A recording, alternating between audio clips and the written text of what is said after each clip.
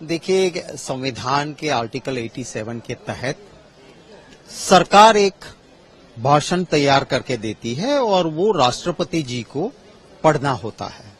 उम्मीद थी कि सरकार 10 साल खत्म हो रहे हैं उनके, तो जिन बातों पे उन्होंने वोट बटोरे थे उनके 10 साल के बाद उनकी सिद्धियां गिनाएंगे।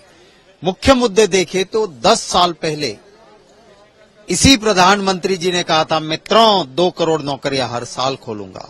आज राष्ट्रपति जी के अभिभाषण में आया कि सिर्फ कुछ लाख नौकरियां दी हैं और कितनी चली गई उसका जिक्र नहीं है।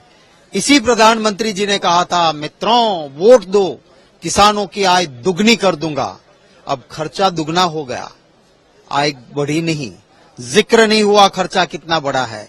इसी प्रधानमंत्री जी ने 10 साल पहले कहा था कि रुपये की जब कीमत गिरती है तो समझो प्रधानमंत्री की कीमत गिर रही है, दिल्ली की इज्जत गिर रही है, हमें वोट दो, रुपया मजबूत होगा। क्या हाल हुआ रुपये का? एक जिक्र नहीं।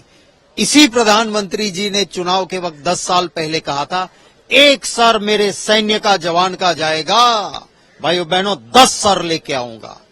एक जिक्र नहीं हुआ। चाइना की बॉर्डर पे हमारे बिहार रेजिमेंट के जवान शहीद हुए या इसके बाद पुलवामा से लेके घटनाएं घटी, एक जिक्र नहीं हुआ। सिर्फ बड़ी बड़ी बातें जिसका ना कोई ताल ना कोई मेल। मैं कहता हूं इस देश का हर हिंदुस्तानी जिसी भी ऊपर वाले में श्रद्धा रखता है उसकी आराधना पूजा करता है। मैं हिंदू हूं, मैं मेरे देवी देवताओं की पूजा आराधना प्रार्थना हर रोज करता हूं, पर मोक्ष की प्राप्ति के लिए, मतों की प्राप्ति के लिए नहीं हो सकता है। काम के नाम पे लोकतंत्र में वोट मांगे जाते हैं, पर काम के बदले इन्होंने कारनामे किए हैं। तो जब काम के नाम पे वोट नहीं मिल रहे हैं तो राम के नाम पे रोटी सेकने निकले हैं।